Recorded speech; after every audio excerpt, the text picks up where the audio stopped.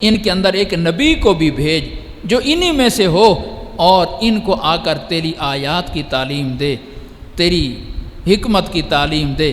تو ابراہیم علیہ السلام کے دور سے وہ مانگی ہوئی دعا تشنائے تکمیل تھی، حتیٰ کہ ہوتے ہوتے ہمارے نبی صلی اللہ علیہ وسلم کو اللہ تعالیٰ نے مبعوث فرمایا۔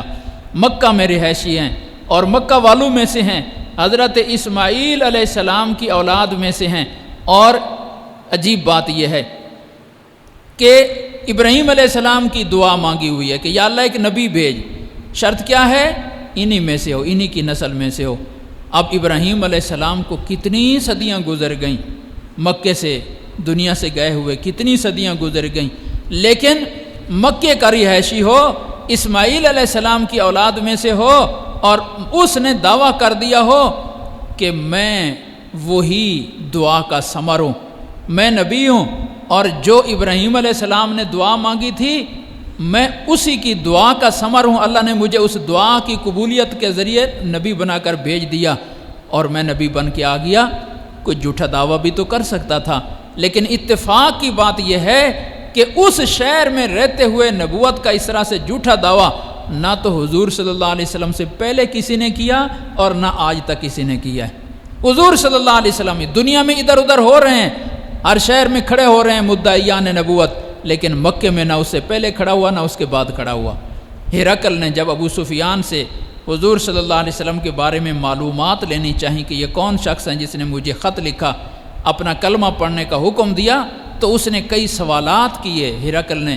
ان میں سے ایک سوال یہ بھی تھا کہ اس کے آباء و اجداد میں سے کوئی نبی گزرا ہے؟ اس کے آباء و اجداد میں سے آج تک کسی نے یہ نبوت کا دعویٰ کیا ہے؟ کہا کسی نے نہیں کیا، اس کی اوپر کی نسل میں کسی نے یہ دعویٰ نہیں کیا، یہ پہلا شخص ہے ہمارے خاندان میں اوپر کی نسل میں جو نبوت کا دعویٰ کر رہا۔ اس لیے حضور صلی اللہ علیہ وسلم نے اپنا تعارف کرواتے ہوئے فرمایا انا دعوت ابراہیم، کہ میں ابراہیم علیہ السلام کی دعا ہوں۔ ابراہیم علیہ السلام نے دعا مانگ کے جو نبی مانگا تھا، میرے ذریعے سے اللہ نے وہ دعا پوری فرما دی۔ تو بیت اللہ کی اصل آبادی اب شروع ہوئی ہے، اور اب اللہ تعالیٰ نے اس بیت اللہ کو ہمارے لیے یہ حیثیت دے دی اور یہ مقام دے دیا کہ بیت اللہ کی شان کیا ہے کہ یہ اللہ کا وہ گھر ہے جو انسانیت سے بھی پہلے یہاں فرشتوں کے ذریعے بنوایا گیا، پھر 2 نبیوں کو مستری اور مزدور بنا کر اس کو دوبارہ آباد کیا گیا، پھر سب سے آخری اور سب سے افضل نبی کو اس کی اصل آبادی کے لیے مبعوث فرمایا گیا۔ یہ اس کی شان ہے۔ تو اس کی مزید شان یہ فرمائی کہ اب جب تک یہ بیت اللہ اسی طرح سے عبادت کے ذریعے آباد رہے گا، میں قیامت قائم نہیں کروں گا، میں بندوں پر عذاب نازل نہیں کروں گا، عمومی عذاب کہ ساری کی ساری نسل ہی تباہ کر دوں جیسے پہلے ہوا کرتا تھا۔ یہ اس بیت اللہ کی شان ہے۔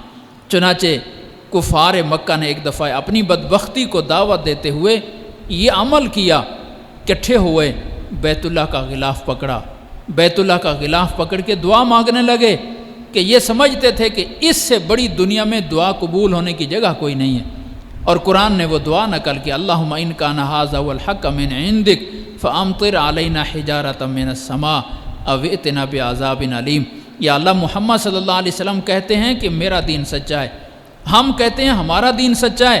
یا اللہ، اگر واقعتاً محمد صلی اللہ علیہ وسلم کا دین سچا اور ہمارا جھوٹا ہے تو پھر ہم پر آسمان سے پتھروں کی بارش برس، آسمان سے کوئی کھلا عذاب اتار، ساری دنیا دیکھے ہم ہلاک ہو رہے ہیں، ساری دنیا دیکھے ہم غرق ہو رہے ہیں، اور دنیا کو کھلی آنکھوں نظر آ جائے کہ سچا کون ہے جھوٹا کون ہے۔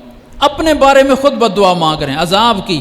اللہ پاک نے ان کی یہ بد دعا بھی نقل کی، پھر اس کا جواب بھی نقل کیا۔ وہ جو جواب سنانا مقصود ہے، اور اس سے بیت اللہ کی اہمیت کو دیکھیں۔ اللہ نے فرمایا کہ یہ عذاب مانگ رہے ہیں اور واقعتاً یہ عذاب کے مستحق ہیں، اس قابل ہیں، ان کا جرم اتنا بڑا ہے کہ یہ عذاب میں گرفتار کیے جائیں۔ لیکن اے نبی، 2 رکاوٹیں ہیں، 2 رکاوٹیں ہیں، اگر یہ نہ ہوتی تو میں کب سے ان کو تہہ نحس کر چکا ہوتا۔ کیا 2 رکاوٹیں ہیں؟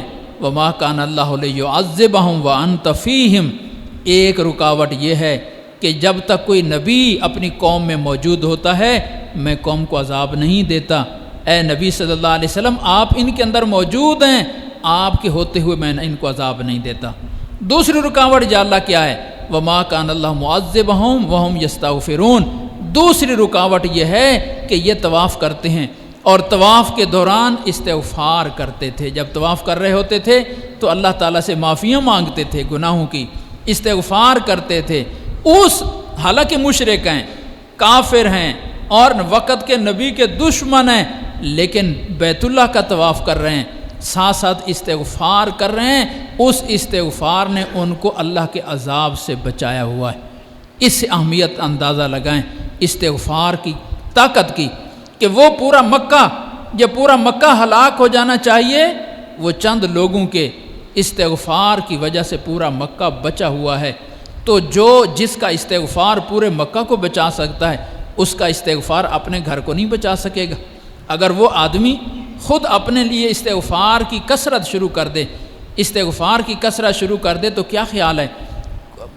طواف میں عام طور پر رواج ہے، کوئی نہ کوئی دعا لوگ پڑھتے رہتے ہیں۔ کوئی اس طرح کی ہر چکر کی دعا سنت نہیں ہے، حضور لکھی ہوئی ہیں کتابوں میں، پہلے چکر میں یہ دعائیں پڑھیں، دوسرے چکر میں یہ دعائیں پڑھیں، یہ مجربات ہیں، کوئی مسنون دعائیں اس طرح سے نہیں ہیں۔ تو بعض ساتھی نے مجھ سے بھی پوچھا کہ کون سی دعا پڑھیں، تو میں نے یہ آیت سامنے رکھ کر کہا کہ میری سمجھ میں تو یہ آتی ہے کہ بس ربنا ظلمنا انفسنا، یہ جو استغفار والی دعا ہیں، لا الہ الا انت سبحانک انی کنت من الظالمین، جن دعاؤں میں بندے کے لیے یہ تعلیم دی گئی ہے کہ اللہ سے معافی مانگیں، طواف کے دوران استغفار کی کثرت کریں۔ کافروں کے استغفار نے بھی ان کو عذاب سے بچا لیا، ہم تو پھر مسلمان ہیں، چاہے جیسے کیسے ہیں لیکن مسلمان ہیں۔ انشاءاللہ ہمارا استغفار بھی پوری امت مسلمہ کو عذاب سے نکالے گا۔ تو طواف میں اہم ترین عبادت یہ سمجھ آتی ہے دعا، کہ بندہ وہاں استغفار کی کثرت کرے۔ یہ بیت اللہ کی اہمیت ہے، اور قرآن پاک میں اللہ پاک نے اس کو فرمایا، نبی پاک صلی اللہ علیہ وسلم نے اس کی تشریح فرمائی کہ جب تک بیت اللہ قائم ہے قیامت قائم نہیں ہوگی، قیامت نہیں آئے گی۔ اور کب تک قائم ہے؟ پھر ساتھ یہ بھی فرمایا کہ اس کی حفاظت کی ذمہ داری بھی اللہ نے خود لے لی، اللہ پاک نے خود ذمہ داری لے لی کہ میں اس کو کسی دنیا کی طاقتور سے طاقتور مخلوق کو بھی گرانے کی قدرت نہیں دوں گا، خود اس کی حفاظت کروں گا، اور جب تک یہ موجود ہے اور اس کی عبادت ہو رہی ہے دنیا ہلاک نہیں ہوگی، قیامت قائم نہیں ہوگی۔ جب اللہ پاک خود فیصلہ فرما لیں گے اب قیامت قائم کرنے کا وقت آ گیا، پھر اللہ پاک کمزور سے کمزور مخلوق کو بھی قدرت دے دیں گے کہ وہ بیت اللہ کو شہید کر دیں۔ حضور صلی اللہ علیہ وسلم فرماتے ہیں کہ گویا میں اپنی آنکھوں سے وہ حبشی دیکھ رہا ہوں، کالے رنگ کا ہے، بریک بریک اس کی پنڈلیاں ہیں، اور بیت اللہ کی چھت پر چڑھ کے بیٹھا ہے، اس کے ہاتھ میں ہتھوڑا ہے، اور وہ بیت اللہ کی ایک ایک اینٹ کو گرا رہا ہے، وہ بیت اللہ کو ختم کر رہا ہے، شہید کر رہا ہے۔ ابرہا جو بیت اللہ کو گرانے آیا تھا وہ مینا سے پہلے ہی ہلاک کر دیا گیا، اس پر اللہ کا عذاب اتر سکتا تھا، یہ بدبخت بیت اللہ کو گرا رہا ہے، اس پر اللہ کا عذاب کیوں نہیں اترتا؟ اس لیے کہ اب اللہ پاک نے خود ہی فیصلہ کر لیا ہے بیت اللہ کو ختم کرنے کا، صرف بیت اللہ کو ختم کرنے کا نہیں، پوری دنیا کو ختم کرنے کا فیصلہ فرما لیا۔ اس لیے جب تک بیت اللہ موجود ہے اور اس کی عبادت ہو رہی ہے تو پوری دنیا باقی ہے اور قیامت رکی ہوئی ہے، اللہ پاک نے دنیا کو بچایا ہوا ہے۔ مسلمانوں اب اس سے اندازہ لگاؤ بیت اللہ کی عبادت کون سی ہے؟ نماز، یہ ہم بیت اللہ کی طرف منہ کر کے پڑھ رہے ہیں، حج یہ بیت اللہ کے ارد گرد طواف ہو رہا ہے، عمرہ یہ بیت اللہ کے ارد گرد طواف ہو رہا ہے، یہ بیت اللہ کی عبادات ہیں، بیت اللہ بھی قائم ہے، یہ عبادتیں بھی ہو رہی ہیں، بڑے سے بڑے گناہ گار سے گناہ گار کافر موجود ہیں، مسلمان موجود ہیں، لیکن قیامت نہیں آ رہی۔ اگر ہماری عبادت کے اندر یہ طاقت ہے کہ وہ پوری دنیا کو بچائے ہوئے ہے، پوری دنیا کو روکے ہوئے ہے، تو جو شخص عبادت کرتا ہے نماز کے ذریعے، حج یا عمرے کے ذریعے سے، تو اللہ پاک اس کے گھر کی پریشانیوں کو اور اس کے گھر کے آئے ہوئے عذابوں کو نہیں ٹالے گا۔ اس کے گھر میں جو اس کی ذات پر جو آئی ہوئی اللہ کی پکڑیں ہیں ان کو ٹالنے کا اس سے زیادہ اچھا اور راستہ کوئی نہیں ہے کہ بندہ بیت اللہ کا سہارا لے۔ اس لیے دعا میں ہمیشہ یہی کہا گیا کہ دعا مانگو تو اللہ کی طرف تو متوجہ ہو، دعا کا قبلہ آسمان ہے، لیکن ایک جگہ دعا کی یہ سکھائی گئی کہ بیت اللہ کا ایک خاص حصہ ہے اس کو ملتزم کہتے ہیں۔ ملتزم کا معنی چمٹنے کی جگہ۔ حجر اسود اور بیت اللہ کے دروازے کے درمیان جو تھوڑا سا حصہ ہے یہ ملتزم ہے، اس حصے پر حکم یہ ہے کہ یہاں چمٹ جاؤ، غلاف ملے چمٹ جاؤ، دیوار کا سہارا ملے چمٹ جاؤ، اور چمٹ کر اللہ پاک سے رو رو کر دعائیں مانگو۔ یہ دعا کی قبولیت کی سب سے بہترین جگہ ہے بیت اللہ میں۔ تو یہاں کھڑے ہو کر اللہ سے جو مانگو گے اللہ پاک تمہاری دعائیں قبول فرمائے گی۔ اور پھر اس میں سعادت یہ دی گئی کہ حج پر جانے والے لوگ تو چند ہیں، تو کیا ہم باقی پیچھے رہنے والے محروم ہو گئے؟ تو حضور صلی اللہ علیہ وسلم نے فرمایا کہ نہیں، 3 حاجی، عمرے والا اور مجاہد، یہ جس عبادت پر جاتے ہیں بظاہر تو تنہا جا رہے ہوتے ہیں، لیکن یہ تنہا نہیں ہے، فرمایا یہ اپنی قوم اور اپنے شہر کے نمائندے اور وفد بن کے جا رہے ہیں، یہ پورے علاقے کی نمائندگی کرنے جا رہے ہیں۔ اس لیے ان کی دعائیں صرف ان کے لیے نہیں ہیں، ان کی دعائیں پوری قوم کے لیے ہیں۔ تو ہر شہر سے حاجی جا رہے ہیں، ہر ملک سے حاجی جا رہے ہیں، ہر جانے والا حاجی اپنے شہر اور اپنے ملک کا نمائندہ ہے، تو وہ اس کی دعائیں جو بھی ہو رہی ہیں پوری امت مسلمہ کے لیے ہو رہی ہیں، پورے ملک کے لیے ہو رہی ہیں۔